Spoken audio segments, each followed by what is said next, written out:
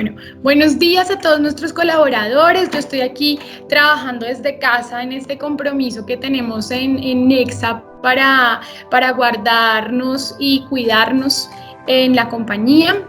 Hoy quisimos invitar a un médico especialista en neumología, un especialista de la salud, para que nos contara un poquito sobre el COVID-19, para que pudiéramos resolver algunas dudas. Nuestros colaboradores nos enviaron preguntas y eso vamos a resolverlo hoy, también hablando un poco de mitos y realidades frente a la enfermedad. Entonces nos acompaña Álvaro Bejarano Cacho.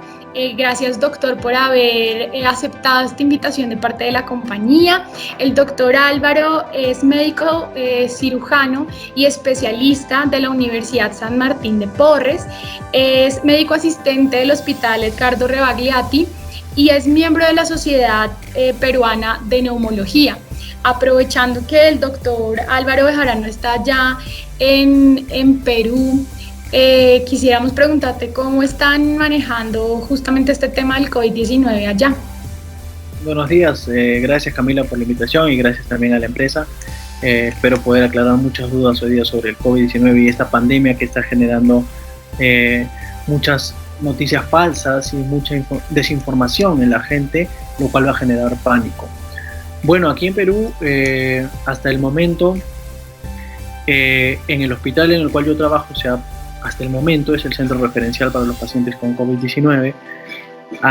Tenemos ya dispuestas aproximadamente 500 camas que están para poder ser utilizadas si es que se requieren.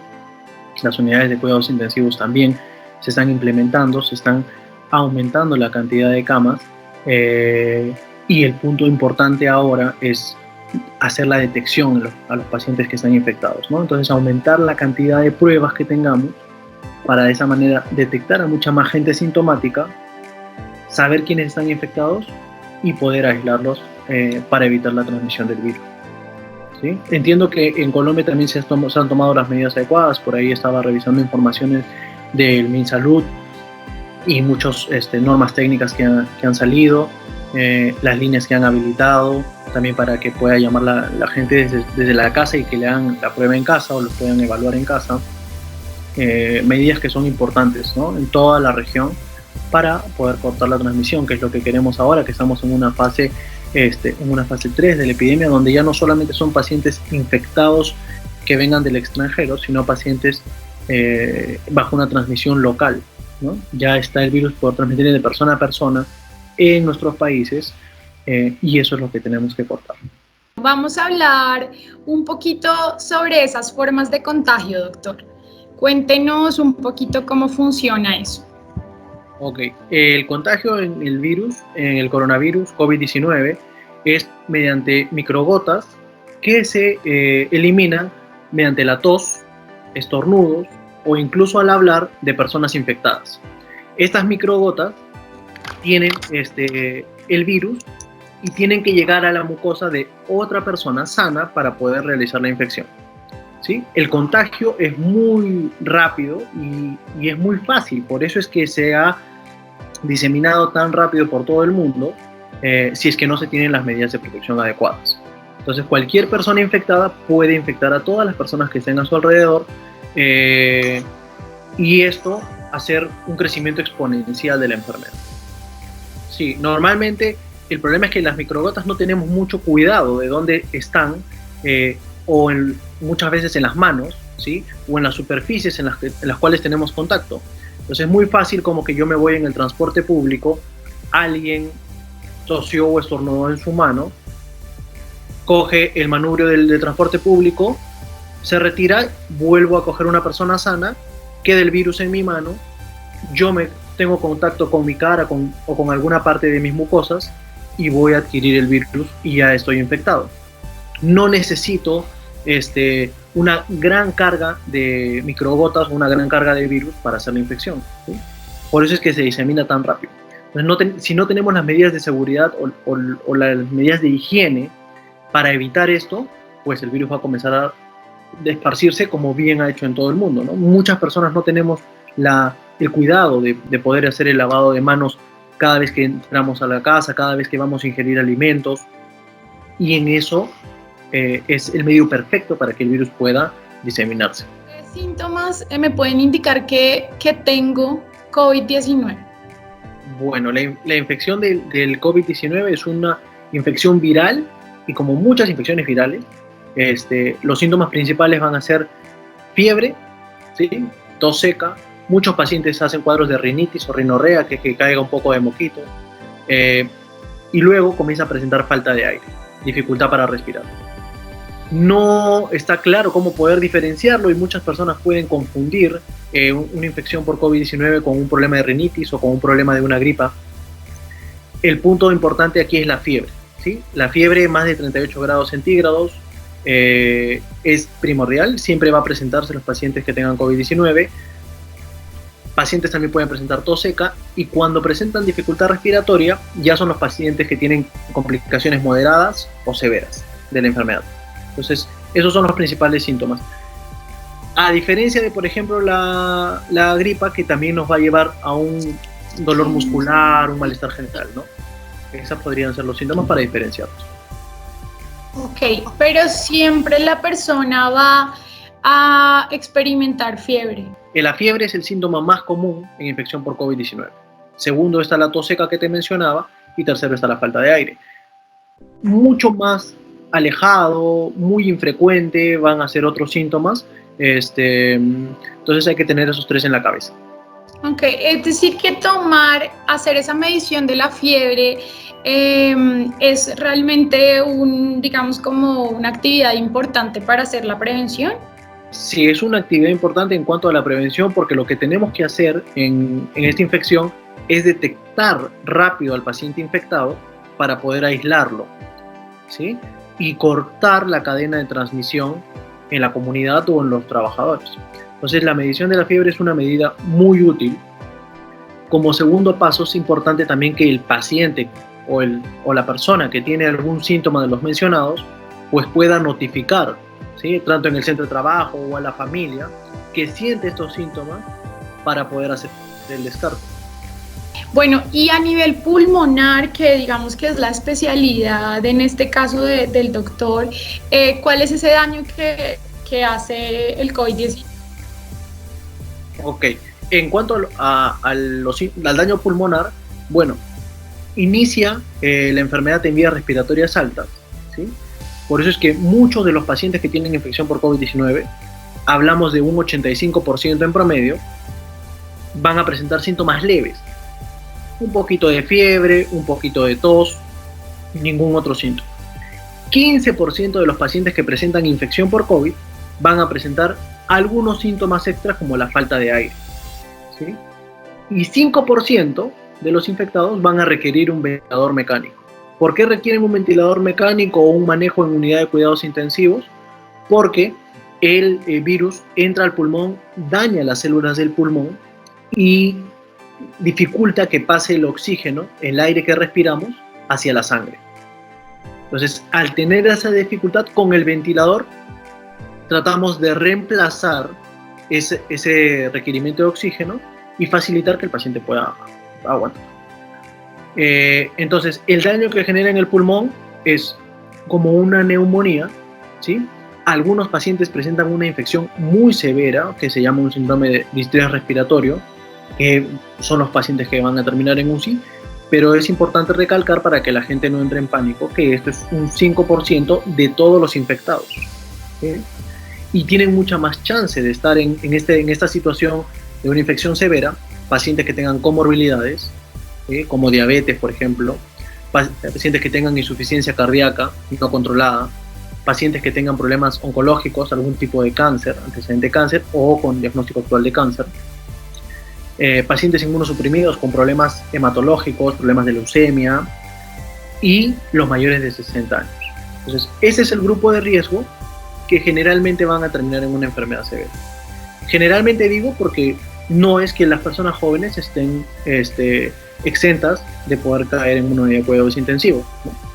Pero ese es el principal grupo. Entonces, el daño pulmonar que te menciono es a nivel de las células del pulmón que dificulta el pase del aire y por eso necesitan ventilador mecánico.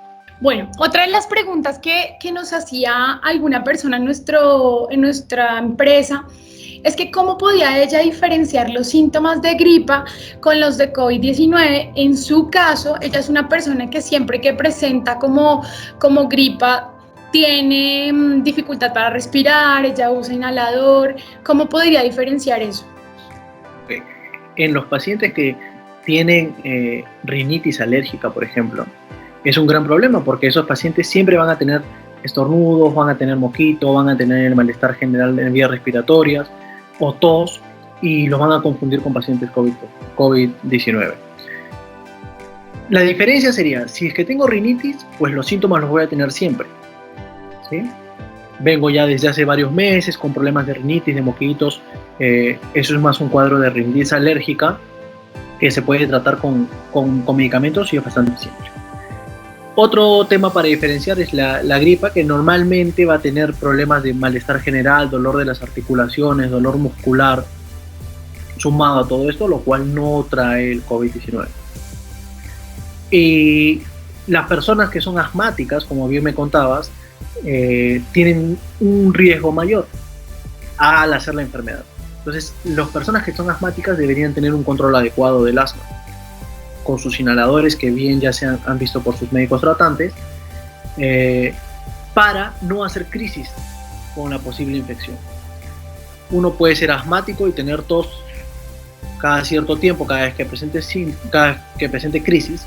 No necesariamente igual va a ser por COVID, diferenciémoslo claramente, y si tengo asma, pues debo hacer mi uso adecuado de los inhaladores, ¿no? Para prevenir alguna infección no se vuelva severa. Frente a una persona que presente síntomas y puede ser una persona joven, ¿el paso recomendado es ir directamente al médico o qué es lo que debería hacer una persona que de pronto presenta fiebre o alguno de esos síntomas? Muy bien, entonces si un paciente tiene alguno de estos síntomas y está sospechando que tiene una infección por COVID, lo primero que debe hacer es aislarse, hacer un aislamiento social para detener la transmisión, y siguiente paso debe llamar a las líneas que están ya decretadas por los gobiernos nacionales. En su caso es la línea 123 o la línea 192. Llamar a estas líneas para que vengan a la casa a hacer el descargo. ¿Por qué no se debe ir al hospital? ¿Por qué uno no debe ir a los centros de salud o a la consulta con el médico? Porque eso es un riesgo. Salir a la calle o ir a un hospital es un riesgo para mí y es un riesgo también para las personas que están en el hospital. Si es que yo no estoy infectado, voy al hospital y me puedo infectar y luego llevarme la infección a mi casa e infectar a mi familia. Si yo, por otra parte, estoy infectado y voy al hospital con solamente síntomas leves que no requieren mayor cuidado, si voy al hospital, lo que voy a hacer es puedo infectar a todas las gentes que van en el transporte para llegar al hospital, el personal de salud del hospital y la gente que está enferma en el hospital, porque estamos en esta epidemia, pero no estamos libres que hay otros pacientes que tengan neumonía por otras cosas, tuberculosis, ¿sí? U otras enfermedades. Infectar a esas personas y generar mayor morbilidad o mayor mortalidad en esos pacientes. Entonces, lo mejor, según todos los estudios que se han hecho a nivel mundial, lo mejor es mantener el aislamiento en casa. Si es que ya tengo síntomas respiratorios mayores, como falta de aire, ¿sí? Me agito demasiado, en ese caso sí es adecuado poder ir al hospital. Si no lo tengo, mejor es mantenerme en la casa, hacer la llamada para que vengan a hacerme el examen a mi casa y descartar la enfermedad. Ya que estamos hablando justamente de ese tema de las precauciones y el aislamiento, ¿qué hacer, por ejemplo? ¿Cómo podemos prevenir en el caso de las personas que seguimos trabajando en algunos lugares? ¿Cuáles son esas recomendaciones que deberíamos tener en cuenta precisamente para no contagiarnos? Bueno, definitivamente hay trabajos que tenemos que seguir yendo a nuestros centros de labores, y en esos casos hay que tomar las medidas de bioseguridad adecuadas. Dentro de estas están, la principal va a ser que haya lavado de manos frecuente. ¿Por qué lavado de manos frecuente? Porque es lo que tiene contacto con la mayor cantidad de superficies, ¿sí? Y es un medio perfecto para hacer la infección, para contagiarnos o contagiar a otras personas. Entonces, el lavado de manos es muy importante. Segundo, se habla de la limpieza de los ambientes, se habla del alcohol en gel, se habla del uso de la lejía o la batina o cloro. Esto también es muy importante, es una medida adecuada porque el virus permanece en las superficies, ¿sí? Puede permanecer por algunas horas, incluso en madera por algunos días, y entonces facilitar la propagación del virus. Debemos limpiar las áreas en las cuales trabajamos, una vez ya en el trabajo. Cuando vayamos a tener contacto con alguna parte de nuestras mucosas o cuando vayamos a comer, hacer la higiene de manos respectiva. Al salir del trabajo también tener mucho cuidado con las superficies con las cuales tengo contacto. Y finalmente, llegando a la casa, antes de entrar a la casa, también el lavado de manos respectivo, ¿sí? ¿Que se puede reemplazar con alcohol? Sí, con un alcohol adecuado, que tenga por lo menos 70% de alcohol. Es un alcohol correcto para eliminar el virus. Y las superficies las podemos limpiar con el cloro, ¿sí? Que se puede mezclar medio litro de agua con 5 mililitros de cloro, que es aproximadamente una cuchara de cloro. Eso es suficiente para poder limpiar las superficies. Es decir, que también es recomendado y digamos que puede ser un factor preventivo contar con alcohol puro en los lugares de trabajo para que uno pueda desinfectar. Así es. Así es. ¿Qué otra cosa puede uno hacer, digamos, en los casos en los que seguimos trabajando en oficinas, con computadores, etcétera, y en nuestro caso, la labor que realizamos, qué deberíamos tener en cuenta? Bueno, lo que tenemos que tener en cuenta en los trabajos es hacer la prevención, que sería lo inicial, lo más adecuado. Y la prevención puede ser detectando al paciente sintomático o que el mismo paciente que tenga la infección poder informar a sus empleadores. Segundo paso, podemos hacer la prevención con detección de la temperatura, que es una medida muy adecuada. Y ya en el trabajo, la limpieza, que es primordial, las medidas de ventilación, la separación entre trabajador y trabajador también que sea adecuada. Y y luego al salir del trabajo, bueno, también las medidas de higiene que estábamos mencionando antes. Hay gente que nos ha preguntado que si en nuestra empresa le vamos a dar gafas y algunos otros implementos de protección. Esta pregunta dice que si son efectivas estas protecciones como estas, considerando que el virus está en el aire. Bueno, ese mito de que el virus está en el aire no es tan cierto. Si bien salió una información de que el virus puede estar en el aire, era un estudio en el cual se realizó un estudio en aerosol. Eso quiere decir unas nebulizaciones a los pacientes en un ambiente confinado. Pero nadie en un trabajo o en una casa o en algún lugar que no sea un hospital hace las nebulizaciones. Es más, en los hospitales ya se prohibieron hacer nebulizaciones a cualquier paciente para no esparcir mediante el aerosol el virus, ¿sí? Entonces el virus no está en el aire de por sí, no me voy a infectar de la nada, tiene que haber una persona que me contagie. Segundo, las medidas de protección normales que se debe tener para las personas es mascarilla, ¿sí? El tapabocas usarlo de preferencia en personal de salud, personas que cuidan a otros pacientes enfermos, si tengo contacto con alguna persona asintomática o si estoy en algún grupo de riesgo, grupo grande, ¿no? Ese es el uso de tapabocas. El uso de gafas no está indicado para el público en general ni para trabajadores que no estén en algún lugar de riesgo, como los hospitales, ¿sí? Mucho más en las salas de emergencia. Entonces, el uso de gorros, el uso de gafas, el uso de las mascarillas o los tapabocas N95 o la ropa descartable, esto está indicado en los pacientes, en los trabajadores de salud. Pero en otros trabajadores no es lo adecuado. Lo que se prioriza es la higiene en cuanto al lavado de manos, en cuanto al cuidado de las superficies. Si bien se puede utilizar tapabocas al transportarme, ¿sí? Del trabajo a la casa o viceversa, no habría ningún problema respecto al tapabocas. Ya, o sea que sería como una medida mucho más, es como un segundo nivel de prevención si utilizo tapabocas, por ejemplo, en el transporte público, en el caso de Bogotá, pues Transmilenio, los buses normales en otras ciudades. ¿Y qué tal sobre el uso de guantes? Algunas personas nos han dicho, y digamos nosotros tenemos personas que tienen como, que tocan hojas digamos, los clientes durante el día. Las personas facilitarles el tema de guantes. Pero, por ejemplo, en la gestión de un agente de contact center, ¿los guantes serían lo más indicado durante el día? Bueno, durante el día no es adecuado el uso de guantes porque recordemos que el virus igual se queda adherido a los guantes de látex. Al látex se queda adherido, ¿sí? Entonces, usar el guante todo el día no es que me va a prevenir, ni me va a cuidar, ni tampoco que sea inmune al virus por el tema de usar guantes. Si tengo mi ambiente de trabajo lo suficientemente limpio, ¿sí? Al llegar puedo limpiar toda mi área de trabajo, ya no tengo ningún factor de riesgo, ¿sí? Se corta la transmisión, entonces ya no necesitaría usar guantes durante todo el día. Los guantes podemos utilizarlos si es que podemos ir en el transporte público, tal vez podríamos usar guantes, pero recordar que el guante no me vuelve inmune, ¿sí?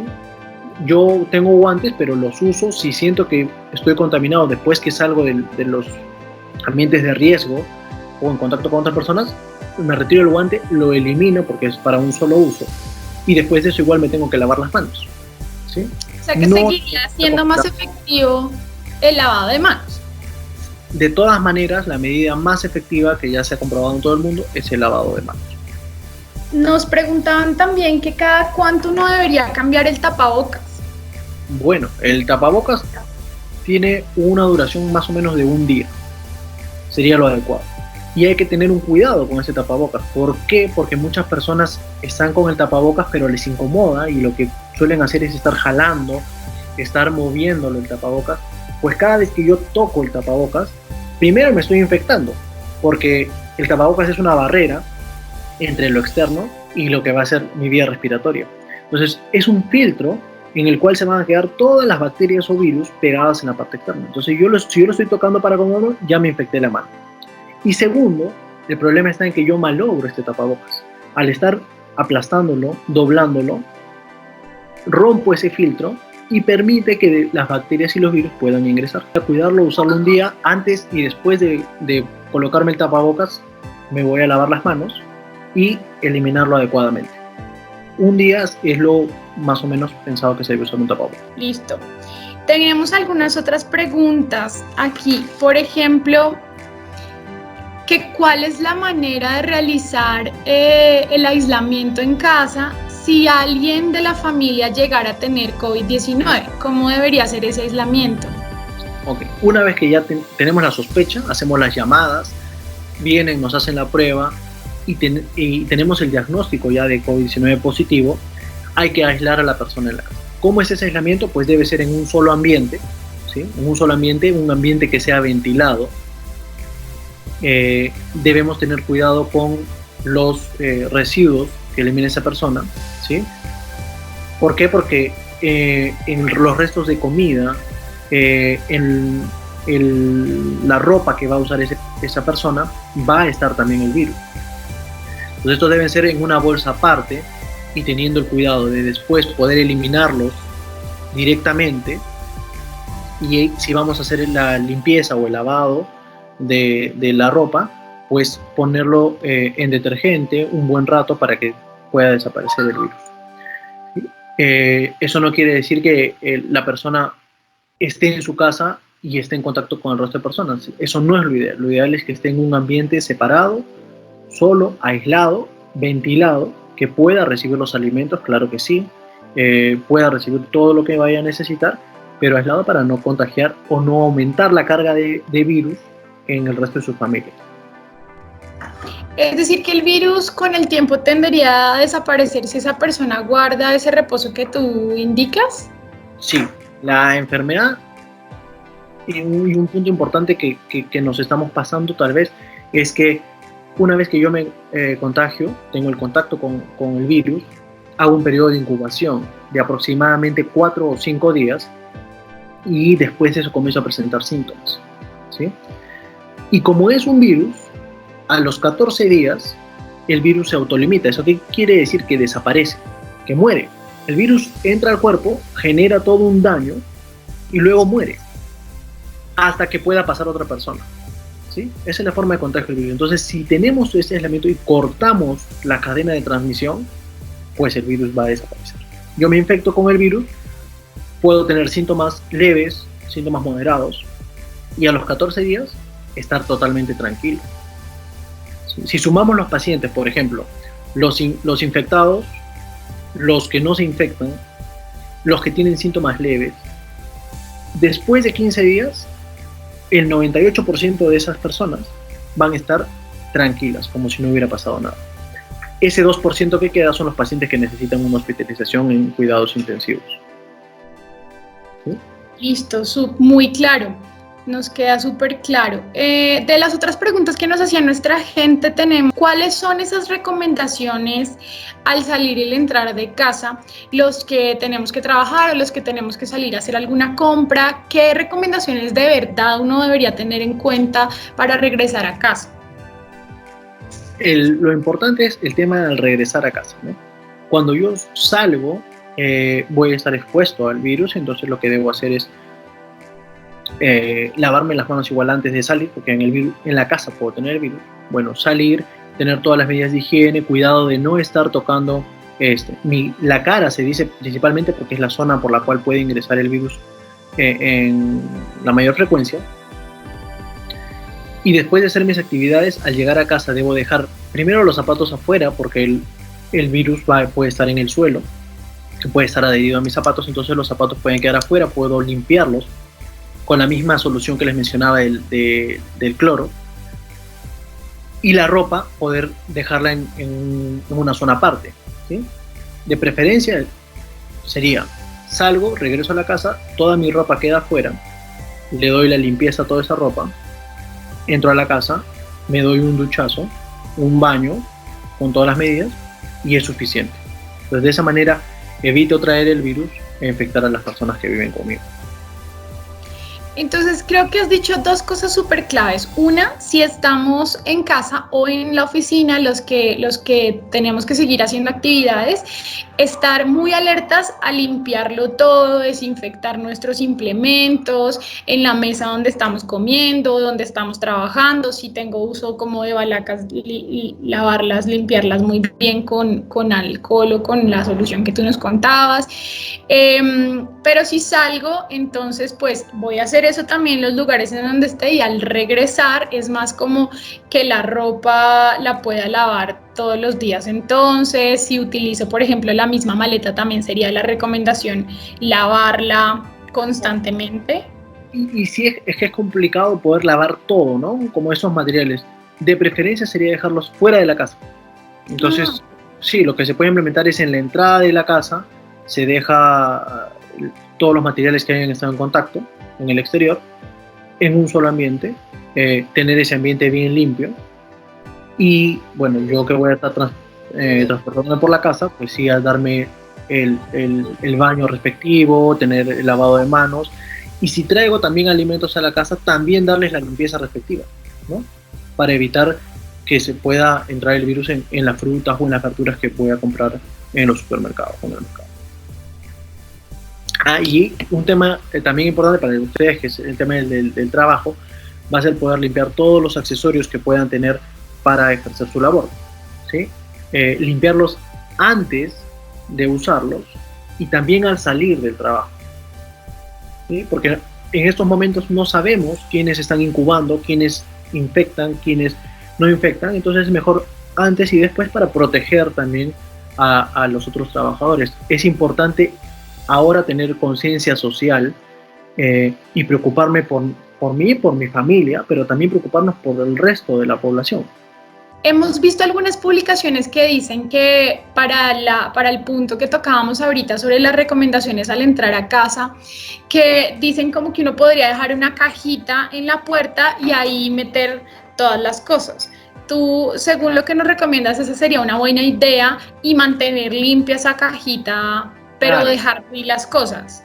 mejor dejar ahí las cosas para no estar esparciendo por toda la casa y después hacer una limpieza de toda la casa, ¿no? Si lo confinamos a un solo ambiente donde está la región infectada o los objetos infectados que puedo haber traído del exterior, es mucho más fácil limpiar esa área o limpiar una zona que sea de plástico, que es mucho más fácil de limpiar, que no sea de madera, porque el virus permanece mucho más tiempo en la madera. Lo limpiamos igual, antes de que lleguen los objetos contaminados o posiblemente contaminados, y una vez que sacamos los objetos de ahí, igual hacer la limpieza del área, ¿no? Eso sería lo más adecuado. Listo, súper. Pues creo que esas son todas las preguntas que nos han hecho nuestros colaboradores. No sé si tú quisieras darnos algunas recomendaciones como de tu parte, algo que quieras decirnos a las personas que ya estábamos trabajando en casa y a las personas que seguimos en oficina. ¿Cuál sería ese mensaje que les enviarías? Bueno, lo más importante es que podamos entender que este virus se propaga muy rápido, que es un virus que tiene una mortalidad baja, es cierto, pero tiene algunos grupos de riesgo a los cuales va a afectar mucho más. Y todos en las casas o en las familias tenemos adultos mayores, por ahí que tenemos algún familiar que tenga alguna enfermedad o una comorbilidad previa que ya hemos descrito, y entonces tenemos que cuidarlos a ellos, ¿sí? Porque muchos de ellos pueden terminar en una situación crítica y nadie quisiera eso para su familia. Pero aparte de eso, tenemos un tema de una conciencia social que les mencionaba antes, porque si es que hay muchas personas infectadas, obviamente va a aumentar la cantidad de personas que requieran ventilador mecánico o una unidad de cuidados intensivos, y aquí en Latinoamérica nuestros sistemas de salud no son tan desarrollados como en Europa o tal vez en Asia, y las camas de unidades de cuidados intensivos son limitadas.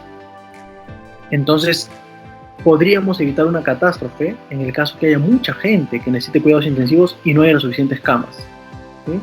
Ese es el principal problema que presenta Europa ahora, que ha rebasado sus hospitales, ha colapsado su sistema de salud, siendo ellos mucho más preparados que nosotros. Entonces, no solamente es cuidarme a mí, que no me infecte, que no infectarme, sino cuidar a mi familia, cuidar a la población y cuidar mi sistema de salud, ¿sí? A todo mi país. Es un compromiso que tenemos que tener todos. Espero que haya quedado todo claro, espero las medidas de higiene que las hemos repetido muchas veces, pero que son necesarias, es la mejor manera de prevenir el virus. Y si bien por ahí hay algunas noticias que ya está la vacuna, que ya salió la vacuna contra el coronavirus, estas vacunas están aún en desarrollo y probablemente por todas las fases que tienen que cumplir los medicamentos para salir al público, pueda demorar entre 8 meses, un año, algunos hablan de hasta un año y medio. Entonces hay que tener paciencia, hay que tener las medidas de higiene, si bien es un tiempo que estamos aislados, después de ese tiempo igual mantener las medidas de higiene, ¿sí? Para evitar unos segundos brotes o unas segundas olas de esta infección por el coronavirus. Bueno, doctor Álvaro, creo que esas ya son todas las preguntas que han tenido nuestros colaboradores. Queremos de nuevo agradecerle por haber aceptado esta invitación. Es un momento en el que se genera mucho pánico, como nos contabas y nos decías, y se especula mucho. Y pues es un momento en el que los seres humanos tenemos miedo, pero creo que lo más importante es seguir unidos, haciendo las cosas cada vez mejor, poner de nuestra parte, haciendo todos esos cuidados que nos contabas. Muchísimas gracias por todo lo que nos acabas de contar, y esperamos que en Perú también las cosas sigan evolucionando cada vez mejor. Bueno, gracias a ustedes por la invitación. Espero haber aclarado muchas dudas de los trabajadores. De hecho, van a quedar muchas dudas también en el aire. No hay ningún problema, se pueden ir respondiendo. Y lo importante aquí es tener información clara, información que sea cierta, que sea confiable, para no estar cayendo en el pánico, ¿no? Si tenemos toda la información confiable y sabemos cómo es la enfermedad, cómo se comporta, cómo evitarla, cómo prevenirla, cómo cortar la transmisión, pues entonces va a ser un aislamiento mucho más tranquilo, con más calma. Cualquier duda que tengan, igual si te la hacen llegar, me la reenvías y podemos estar atentos para poder dar las respuestas necesarias. Espero que todos tengan en la cabeza claro, que tengamos esa conciencia en cuidarnos a nosotros, pero también cuidar al resto de nuestra familia, ¿sí? A nuestra familia, a nuestros amigos, a todo nuestro país, porque eso es lo que tenemos que hacer con ese aislamiento. Si lo cumplimos adecuadamente, si tomamos las medidas de higiene adecuadas, pues podemos cortar la transmisión del virus, podemos bajar la cantidad de infectados. Bajando la cantidad de infectados vamos a disminuir la cantidad de pacientes que terminen en cuidados intensivos y los que puedan tener un desenlace fatal o morir por la infección. Entonces, metámonos eso bien en la cabeza y cuidémonos y cuidemos al resto. Muchas gracias. Estaré atento a cualquier duda. Cuídese, gracias. Un Claro que abrazo sí, para gracias. todos.